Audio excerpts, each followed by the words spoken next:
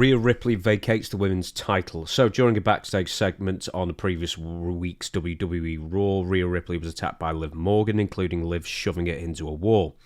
Didn't look like anything major at the time. Have you seen this? It's only a few seconds. No. No? Okay, well, it looks like nothing that's said. Yeah, it doesn't look like anything major. Anyway, a few days later, a rumour goes around saying that Rhea was badly hurt in the backstage fracas and that she would be vacating the WWE Women's title, which she indeed did, to a lot of people's surprise. It was like befuddlement, I guess, at one point, because it just seemed so unlikely that people couldn't even figure out how she was injured at first. So Rhea's wall bump ended up spraining her AC joints, and her shoulder will take some 3 months to get sorted. So some people were complaining that, well, Seth Rollins, didn't have to vacate the title for an injury with a similar recovery period, and that Rhea Ripley does. But the difference is that... Yes. Go ahead. What were you going to say? I was going to say the difference is that Seth Rollins' injury was in the run-up to WrestleMania, and now Rhea Ripley, WrestleMania's done, and there wasn't really anything important on the horizon. Well, I would say, did Seth tell them that he was injured that badly? Yeah, and he was given about 2 to 3 months recovery period as well. Did he take them? Yeah, he did. Well, I think her situation, I'm not saying injury was different, but every injury would be different, I would think. But I think this is a good thing for her, not getting hurt. But I'm saying now she gives a little live. You only live once. I think that gives her time to get started and for them to start talking about, when she gets back, and all Liv's got to say, I don't give a crap. I'll hurt her other shoulder this time. I'll let her leave in a wheelchair. And let her say that enough. Now you'll want to see her get her little butt handed to her on the platter. And that's good if they can. And the girls' feuds, I think, actually sometimes are better than the men's feuds. Because, it's just a different animal. It's just a different being. So I'm looking forward to see how it plays out. Now, for the people who are saying, well, Raleigh's good here and he didn't have to take time off. Well, they got an investment in all these people. And they don't need them to be hurt, bothered, or anything that can damage them, because they want them, when they do get ready, they want them to produce. So I bet you Seth says, no, he's a guy and he can tough through it anyway. He came up kind of the old school way. He come through the independence, and then he went to Ring of Honor before it became the Ring of Honor that it turned into. And different story, very different story. So, yeah, but comparing the two, they're not even similar to each other, really, I don't think. It's like having rankings in wrestling that doesn't matter. I mean, it's just the rules hard. It shouldn't be so hard and fast, because it's whatever's better for the story, which is the point of pro wrestling in the first place. Okay, well, let me ask you this. Who do you think asked Rhea, to vacate the belt?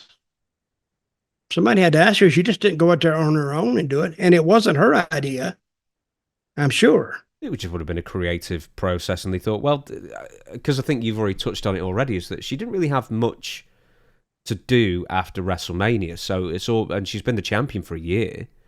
So, it's almost not a fortuitous injury, but having her unbeaten for the title, which gives her an immediate feud, 2 feuds, one with Liv Morgan, then one with the incumbent champion, whoever that is, in a few months. So it sort of writes the story for another 6 to 8 months for her in that sense. Well, they have time to think about it, time to work on it. And, but I think she took the time off because she is legitimately hurt. Oh, yeah. Because that's the only way they're going to ask somebody, because vacating a belt WWE fans, they're not used to that. That's something new.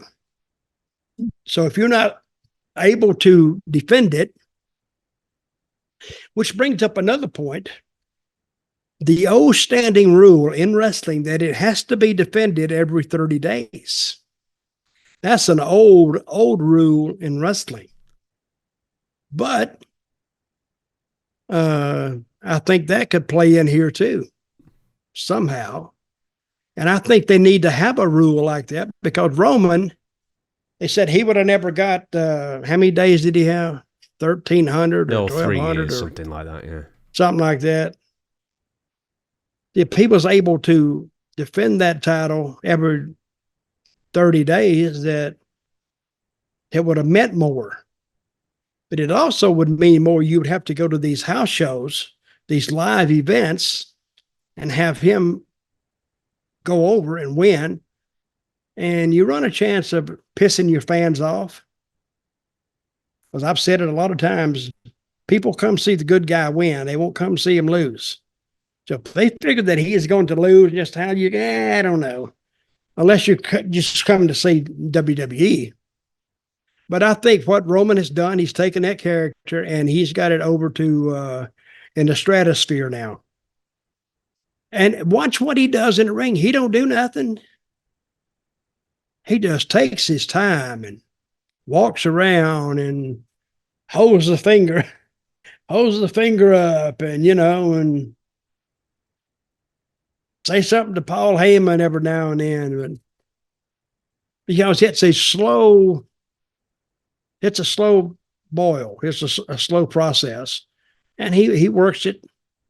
Now you've seen some guys go in there and they work 90 miles a minute. Slow the hell down. That's one of the things I used to learn when I'd get in the ring with an old timer. Slow down. Now I know why he told me to slow down. He said, you're not going to get to where these other guys over are by speeding it up with me. It is not going to work. So what do you say I'm happy for anyway? And after I was there a while and got comfortable, now I could slow it down a little bit. Now I could look around and see what was going on. See, if you're too busy making a comeback and doing all this stuff all at one time, you're not taking anything in. You're putting it out, but you're not taking anything in. So that's what they were trying to tell me.